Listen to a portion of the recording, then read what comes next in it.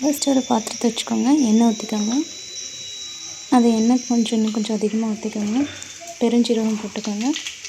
அது பொரிஞ்ச பிறகு இன்னும் கொஞ்சம் வெந்தயம் போட்டுக்கோங்க. அதுவும் நல்லா பொரிஞ்ச பிறகு வெங்காயம் போட்டுக்கோங்க. வெங்காயம் போட்டு நல்லா சின்ன வெங்காயம் குட்டி குட்டியாக கட் பண்ணி போட்டுக்கோங்க. நல்லா வதக்குங்க.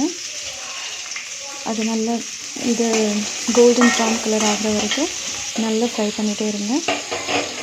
அது நல்லா ஃப்ரை ஆகிட்ருக்கும். அப்போ கொஞ்சம் பூண்டு போட்டுக்கோங்க. பூண்டு போட்டுட்டு இன்னும் கொஞ்சம் நல்லா வதக்கிட்டு இருக்கும்போது ஒரு 4 மிளகாய் போட்டுக்கோங்க. அதுக்கப்புறம் கொஞ்சம் தக்காளி போட்டுட்டு பயங்கரமாக ஸ்மாஷ் ஆகிற அளவுக்கு வதக்கிட்டு கொஞ்சம் கழுவி போட்டுட்டு வதக்குங்க. வதக்கிட்டு இருங்க. நல்லா அதெல்லாம் ஸ்மாஷ் டவுன் ஆகணும். அந்தளவுக்கு வதக்குங்க. வதக்கி முடித்த பிறகு நம்ம க்ளீன் பண்ணி வச்சுருந்த இறால் போடணும். அதுக்கு முன்னாடி இந்த தக்காளியெல்லாம் நல்லா நனைச்சி போட்டுக்கணும். அது நல்லா ஸ்மாஷ் ஆகணும்.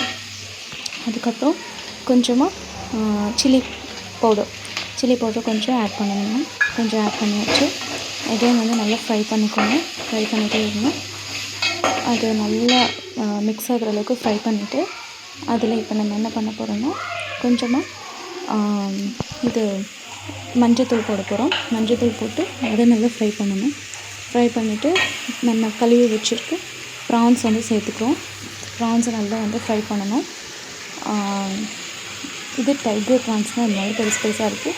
ஈவன் நீங்கள் சின்ன ப்ரான்ஸ் அவைலபிளாக இருந்துச்சுன்னா கூட அதை கூட நம்ம யூஸ் பண்ணிக்கலாம். ஸோ இதை நல்லா போட்டுட்டு அதை நல்லா இது பண்ணிக்கோங்க. ப்ரான்ஸ் நல்லா டீப் குக் ஆகிடக்கூடாது, அண்டர் குக்கும் ஆகிடக்கூடாது, ஓவர் குக்கும் ஆகிடக்கூடாது.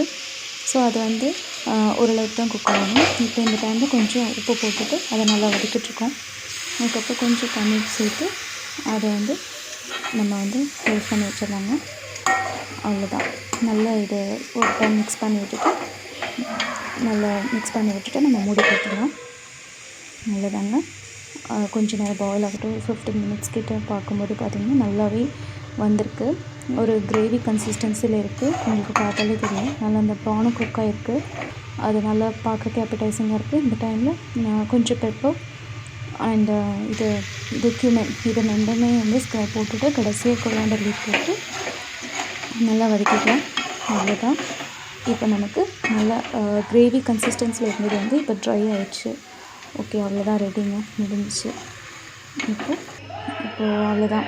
நம்ம ஒரு பிளேட்டில் ஒரு வெசலில் ட்ரான்ஸ்ஃபர் பண்ணிக்கலாம். அது மீன் நான் கொஞ்சம் நண்டு செஞ்சுருந்தேன்.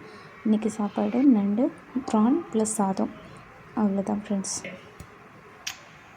ரொம்ப யம்மியாக இருக்கும். நீங்களும் ஒரு டைம் இந்த மாதிரி ட்ரை பண்ணி பாருங்கள். அதுக்கப்புறம் ஃபீட்பேக்ஸ் சென்ட் பண்ணுங்கள்.